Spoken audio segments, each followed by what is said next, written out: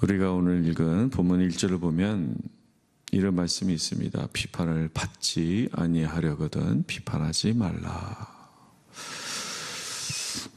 그런데 이 비판이라는 단어를 원어로 보니까 크리노라고 하는데요. 그것은 법정 용어인 것을 보게 됩니다. 코트에서 사용하는 용어인데, 그래서 그 원어의 뜻은 정죄하다, 심판하다, 판단하다 이런 뜻이 들어 있습니다. 그래서 영어 성경은 이 비판하지 말라를 do not judge 라고 번역하고 있는 것을 보게 됩니다. 이런 것을 볼 때 비판하지 말라라는 말은 오히려, 비판은 오히려 criticize라고 이해할 수 있어서 judge, 판단, 심판보다는 다른 의미로 해석될 수도 있다고 생각합니다.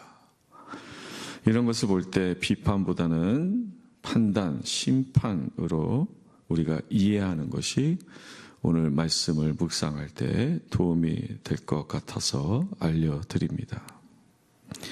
다른 한글 성경들을 봐도 그것을 알 수가 있는데요. 표준 세번역은 심판하지 말라, 공동 번역은 판단하지 말라라고 하는 것을 보니까 비판하지 말라도 틀린 말은 아니지만 그 뉘앙스가 우리에게는 오히려 잘 전달되지 않는 것 같습니다. 예수님은 오늘 본문에서 비판하지 말라, 그러니까 판단하지 말고 정죄하지 말라 했는데 왜 그러셨을까요? 단지 말다툼이 일어나거나 인간관계가 껄끄러질까 그러셨을까요? 그 이상의 의미가 있다고 생각합니다. 그 당시 종교 지도자들인 사람들은 자기의로 아주 가득 찼습니다. 자기의, self-righteousness. 그래서 하나님을 경외하기보다 자기 자신을 높였던 거죠.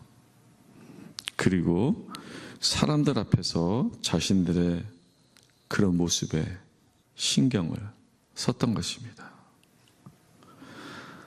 하나님을 경외하지 않고 자기를 높이려고 하는 그 마음, 그게 자기의인데, 자기의는 외식, 히포크리시로 이어지고 있는 것을 또한 우리는 볼 수 있습니다. 사람들 앞에서의 나의 모습, 거기에 너무 신경 쓰다 보면요, 나를 잃어버리는 거예요. 나의 진심도 잃어버리는 거예요. 나의 마음의 진정한 상태도 잃어버리는 거예요. 없으면 없는 대로, 있으면 있는 대로가 아니라 그 무언가 다른 것을 가지고 나를 포장하려는 것. 그 외식의 한자가 그런 뜻이에요. 겉으로 나를 장식한다라는 뜻이잖아요. 내 마음은 어디 있는데. 근데 그렇게 자기의로, 하나님보다 자기를 높이려고 하는 사람들은 늘 사람들 앞에서 나 자신을 포장하게 된다는 거예요. 하나님을 의식하는 사람은 자기 마음을 중요시 여기겠죠. 살아계신 하나님 앞에. 근데 하나님을 점점 멀리하고 의식하지 않고 경외하지 않을 때 자기의에 빠지고, 자기의에 빠진 사람은 외식할 수밖에 없다라는 이런 악순환을 우리는 보게 되는 것입니다. 이런 종교 지도자들, 특히 바리새인들의 모습을 예수님은 오늘 본문 바로 앞장인 6장에서 신랄하게 경고하시고 말씀하셨습니다. 6장 2절에 이런 말씀이 있습니다. 그러므로 구제할 때에 외식하는 자가 사람에게서 영광을 받으려고 회당과 거리에서 하는 것 같이 너희 앞에 나팔을 불지 말라. 진실로 너에게 이르노니 그들은 자기 상을 이미 받았느니라. 그 다음에 6장에 또 나옵니다. 또 너희는 기도할 때 외식하는 자와 같이 하지 말라. 그들은 사람에게 보이려고 회당과 큰 거리 어귀에 서서 기도하기를 좋아하느니라. 내가 진실로 너에게 이르노니 그들은 자기 상을 이미 받았느니라. 상이 없다라는 거죠. 하나님으로부터. 하나님을 경외하는 그 마음이 없으니까요. 자기 의와 외식하는 모습이니까요. 마지막 한 절 6장에서 더 봅니다. 금식할 때에 어떤 종교적인 행위입니다. 너희는 외식하는 자들과 같이 슬픈 기색을 보이지 말라. 그들은 금식하는 것을 사람에게 보이려고 얼굴을 흉하게 하느니라. 내가 진실로 너에게 이르노니 그들은 자기 상을 이미 받았느니라. 오늘 보면 7장 3절에서도 외식하는 자들의 모순적인 현실을 또한 보여주고 있습니다. 어찌하여 형제의 눈 속에 있는 티는 보고 내 눈 속에 있는 들보는 깨닫지 못하느냐. 자기의 외식하는 그런 들보가 있는데 무엇을 하려고 하느냐, 누굴 가르치려고 하느냐, 무슨 어떤 종교적인 행위를, 율법을 가르치려 하느냐, 이런 말씀이라고 생각합니다.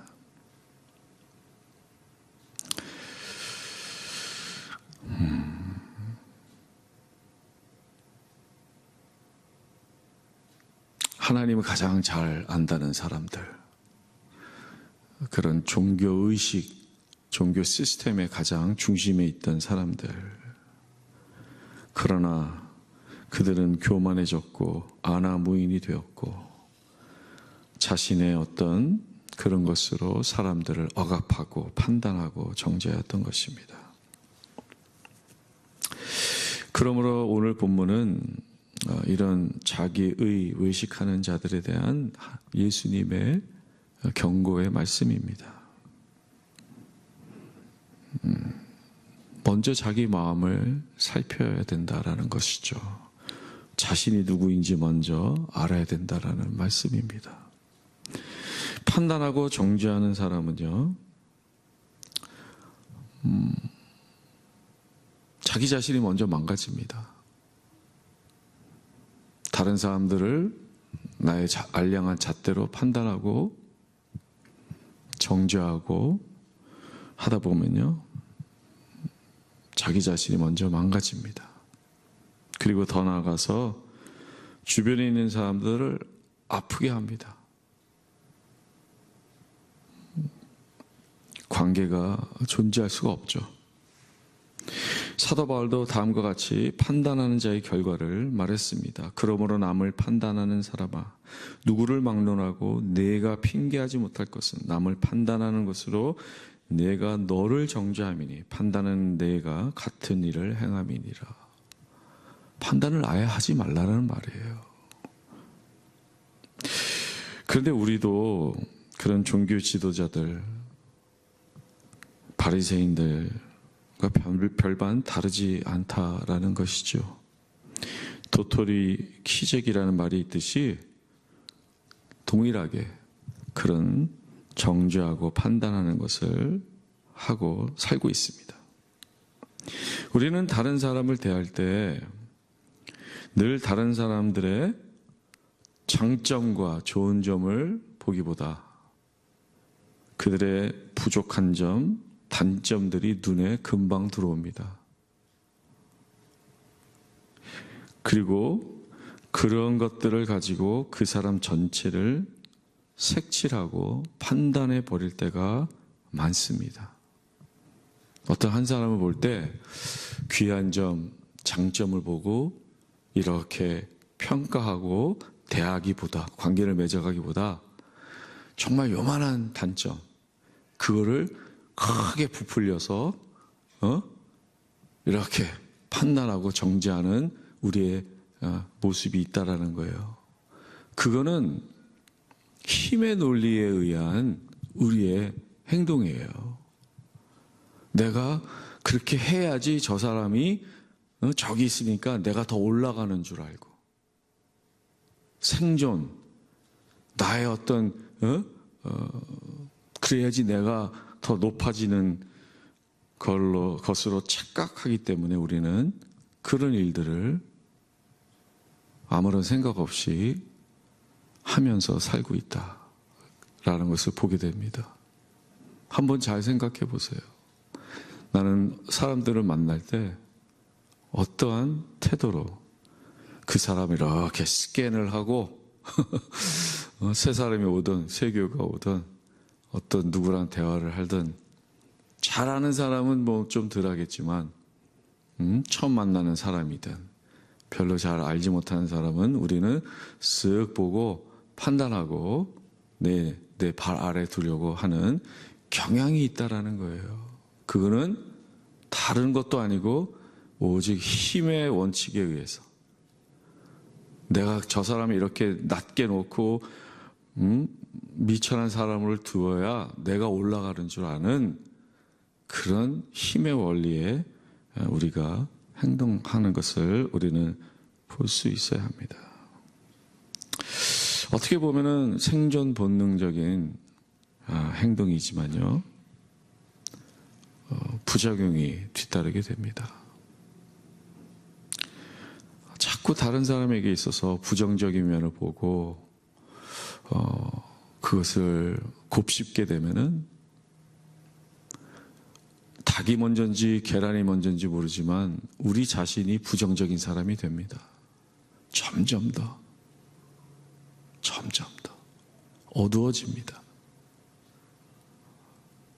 부정적인 그 기운이 그냥 가득 찹니다. 얼굴에도 나오고 말투에도 나오고, 아니 말하지 않아도 압니다. 불편합니다. 사람들이 부정적인 사람 옆에 누가 가까이 하고 싶겠어요? 그런 우리의 현실을 볼 수 있어야 하겠습니다. 점점 더 우리는 외톨이가 될 것입니다. 뭐 다른 사람에게 뭐 알랑방구를 끼라는 말이 아니에요. 정말로 그분에게 있는 내가 느끼는 감정과 판단이 맞느냐 한 번 더 생각해 보자라는 거예요. 저분에게 있는 좋은 점과 귀한 점은 무엇일까 더 생각해 보자라는 거예요. 왜 나는 그렇게 부정적이 됐을까? 판단하고 정죄하고 내 안에 무슨 쓴뿌리가 있는가? 내 안에 치료되지 않은 그런 것이 있는가? 삶을 바라보는 내 시각이 왜 그럴까? 한번 생각해 보자라는 말씀입니다.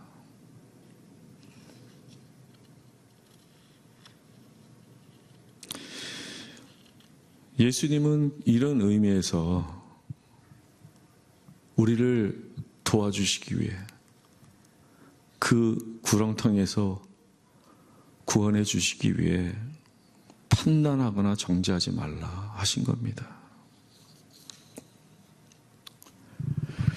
5절 말씀을 다시 보면요, 우리가 늘 잘 듣는 말씀이지만 어려운 말씀이죠.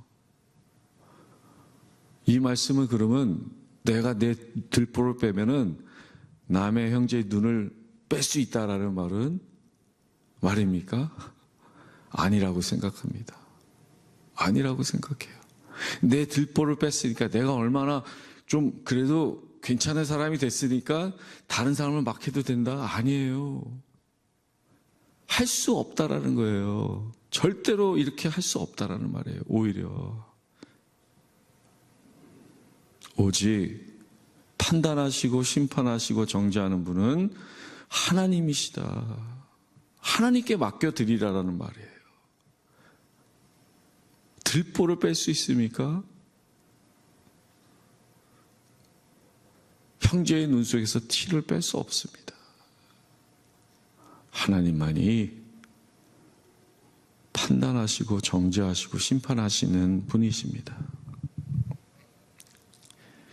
사도 바울도 그래서 이런 말씀을 했습니다. 내가 어찌하여 내 형제를 비판하느냐? 어찌하여 내 형제를 업신여기느냐? 우리가 다 하나님의 심판대 앞에 서리라. 도토리 기적입니다. 우리는 다 하나님의 자비와 긍휼이 필요한 사람들입니다. 안타깝게도 우리는 우리의 가까운 사람들, 특히 가족이나 가까운 친구들에게 정죄하고 판단하는 것이 금방금방 일어나는 것을 보게 됩니다. 기대와 바람이 있어서 그럴 것 같아요. 기대와 바람. 근데 그 기대와 바람이 지나쳐서 컨트롤이 되고 집착이 되고 독선이 되면 우리는 우리에게 가장 중요한 가까운 분들을, 사람들을, 그들과의 관계가 망가지는 그런 결과를 초래하게 될 것입니다. 그러므로 가까울수록, 가족일수록 더 우리는 조심해야 되고 신경 써야 합니다. 그래서 교회 안에서 뭐 오빠, 언니 이런 거 하지 않는 게 좋아요. 자매님, 형제님, 그죠? 그렇게 해야 되는 이유가 아무리 가깝고 좋아도 예의를 갖춰야 되고 서로를 존중해주고 이렇게 끌어당기지 않는, 이렇게 그분들이 그분들 될 수 있도록